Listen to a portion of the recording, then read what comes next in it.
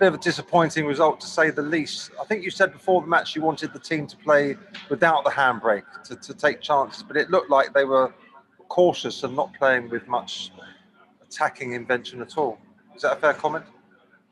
Yeah, I think Liverpool completely deserves to win the game, probably with a bigger margin. They were much better than us in every single department, and we were extremely poor today. So basically, when you don't do any of the basics right against this level of opponent, you don't have even a chance to compete, and that's exactly what happened today.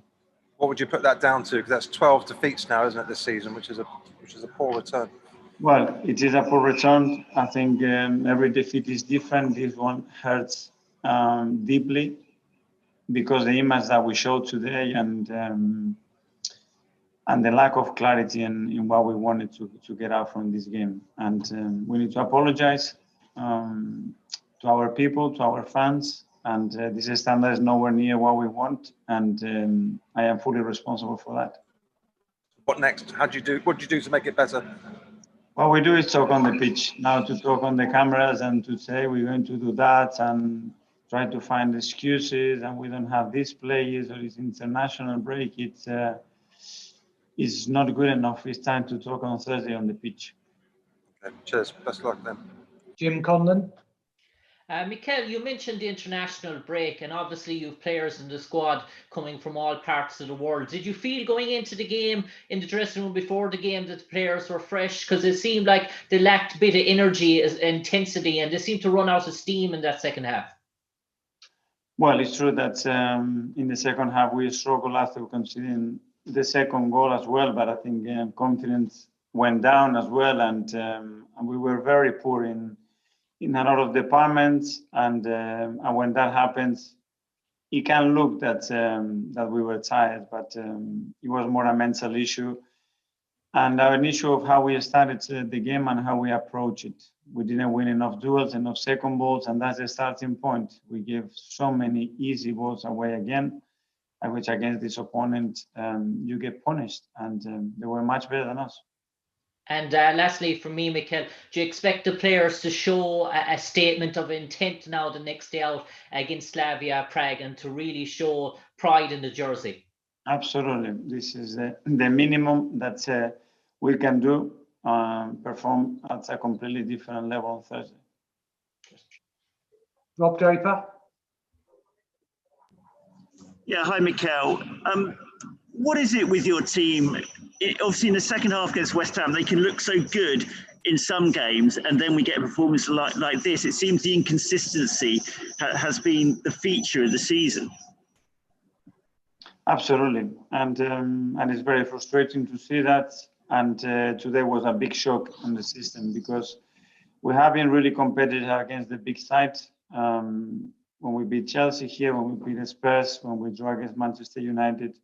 But today, they were really good, and a lot of credit to them because they were really good today, but we were extremely poor.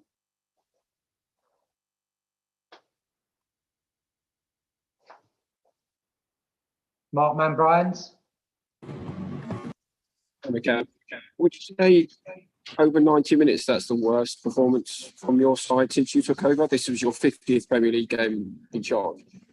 I don't know if it was the worst, but probably one of the worst, and the one that really shocked me and leave us in a position that we have to apologize for what we've done on that pitch today and throughout the game.